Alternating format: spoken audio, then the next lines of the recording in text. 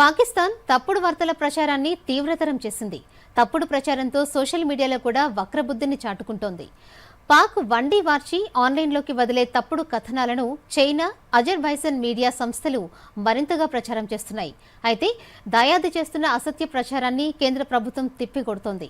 సామాజిక మాధ్యమాల్లో ప్రసారమవుతున్న వార్తల్లో నిజ నిజాలను ప్రెస్ ఇన్ఫర్మేషన్ బ్యూరో ఫ్యాక్ట్ చెక్ ద్వారా తేటతెల్లం చేస్తోంది. వివరాలు చూద్దాం. భారత్ పాకిస్తాన్ ఉద్రిక్తతల నేపథ్యంలో పాకిస్తాన్ మీడియా, సోషల్ మీడియా తప్పుడు ప్రచారాలకు తెరలేపాయి. పెద్ద ఎత్తున అవాస్తవాలను ప్రచారం చేస్తున్నాయి. సోషల్ మీడియాలో పాకిస్తాన్కు చెందిన ప్రముఖులు సైతం తప్పుడు వీడియోలను, ఫోటోలను పోస్ట్ చేస్తున్నారు. భారత ప్రజల్ని భయభ్రాంతులకు గురిచేసే ప్రయత్నం చేస్తున్నారు. దీంతో పాక్ తప్పుడు ప్రచారాలపై ప్రెస్ ఇన్ఫర్మేషన్ బ్యూరో PIB ఉక్కుపాదం మోపుతోంది. నిజమేదో అబద్ధమేదో ఆధారాలతో సహా బయట పెడుతోంది.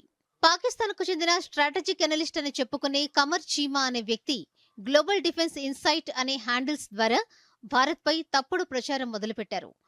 పాక్ సైబర్ సైన్యం చేసిన దాడిలో భారత్ పవర్ గ్రిడ్ 70% నిర్వీర్యం అయిపోయిందంటూ ప్రచారం చేస్తున్నాడు. భారత్కు చెందిన PIB దీనిని ఫ్యాక్ట్ చెక్ చేసింది. ఇది పూర్తిగా అవాస్తవమని తెలిసింది.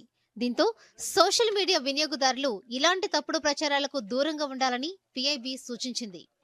మల్టిపుల్ రాకెట్ సిస్టంతో భారత్పై పాకిస్తాన్ బాంబుల వర్షం కురిపిస్తోందంటూ ఓ వీడియోను పాకిస్తాన్ కుట్రదారులు షేర్ చేశారు. అయితే ఇది ఓ వీడియో గేమ్కు చెందిన కంటెంట్గా PIB తేల్చింది. గత 3 సంవత్సరాలుగా ఈ వీడియో ఆన్లైన్లో అందుబాటులో ఉందని, ప్రస్తుతం భారత్ పాక్ మధ్య జరుగుతున్న ఘర్షణలకు ఈ వీడియోకు సంబంధం లేదని తేల్చింది.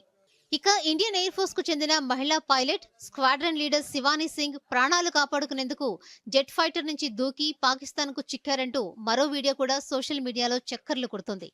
అయితే ఈ వీడియోను కూడా PIB నకిలీదేనని తేల్చింది. భారత్ కు చెందిన ఏ పైలట్ కూడా పాక్ కు చిక్కలేదని పేర్కొంది.